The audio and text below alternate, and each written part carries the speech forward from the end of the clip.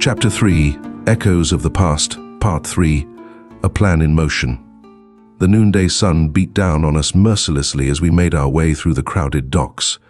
Sweat trickled down my back, and I could feel the beginnings of a sunburn on the back of my neck.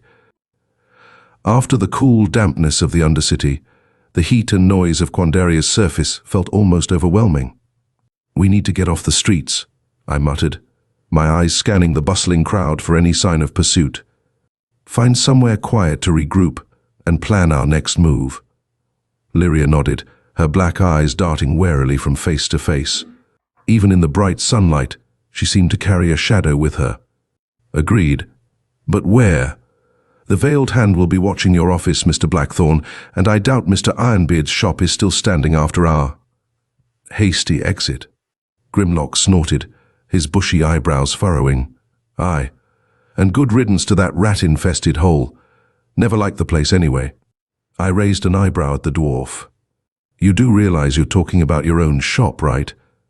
He waved a hand dismissively. "Bah, just a front. My real treasures are safely hidden away." Lyria's hand went to the pocket where she'd stashed her key fragment. "Perhaps it's time we split up. We'd be less conspicuous." "No," I cut her off, my voice firm. "We stick together. I've got enough mysteries to solve without adding, 'Where did my immortal guardian and dwarven antique dealer run off to the list?" Grimlock chuckled. "The lad's got a point. Besides, I've got an idea." He jerked his thumb towards a decrepit-looking tavern nestled between two larger warehouses. A faded sign swung in the sea breeze, proclaiming it the Rusty Anchor. I eyed the establishment dubiously. "That place looks like it's one strong wind away from collapsing into the harbor." The dwarf's eyes twinkled mischievously. "Aye, that's the idea. No one pays it any mind, which makes it perfect for those who don't want to be noticed. The owner's an old friend. Owes me a favor, or three."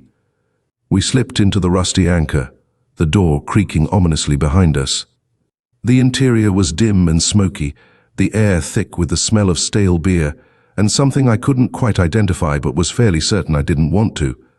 A few patrons hunched over their drinks at the bar, not even bothering to look up as we entered. Grimlock led us to a booth in the back, partially hidden behind a moth-eaten curtain. As we settled in, a hulking figure lumbered over. At first I thought it was a particularly large orc, but as it drew closer, I realized it was a troll, and a female one at that. "Grimlock, you old reprobate," she growled, her voice like rocks in a landslide. "What trouble have you brought to my doorstep this time?" The dwarf grinned up at her, seemingly unfazed by her towering presence. "Ah, Grenda, my dear. As lovely as ever. We just need a quiet place to chat for a bit. Maybe some of that swill you call ale." Grenda's eyes narrowed, sweeping over Lyria and me. "Fine. But any trouble, and I'm throwing the lot of you to the harbor sharks. Clear?" I nodded, trying not to show how unnerved I was by her yellow-toothed grin. As Grenda lumbered off to fetch our drinks, I leaned in close to my companions. "All right, we've got a moment to breathe. Let's take stock. We have 2 key fragments and a map to the others. What's our next move?" Lyria pulled out her fragment, holding it below the table. A faint glow emanated from it, and suddenly the air above our booth shimmered. The holographic map of Quandaria appeared, floating points of light indicating the locations of the remaining fragments. "5 more to find," she murmured, her black eyes reflecting the ghostly lights. "And they're still moving." I studied the map, my mind racing. "Okay, so we know the Veiled Hand is after them, and probably the Guardians of the Eternal Flame too. But who else might be in play? Who's actually moving these fragments around?"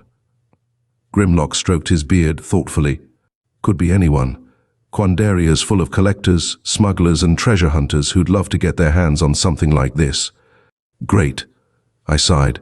"So we're not just racing against 2 secret societies, but potentially every greedy opportunist in the city." Lyria's expression was grim. "Which is why we must act quickly. The longer the key remains scattered, the greater the chance of it falling into the wrong hands." I nodded, my eyes still fixed on the map.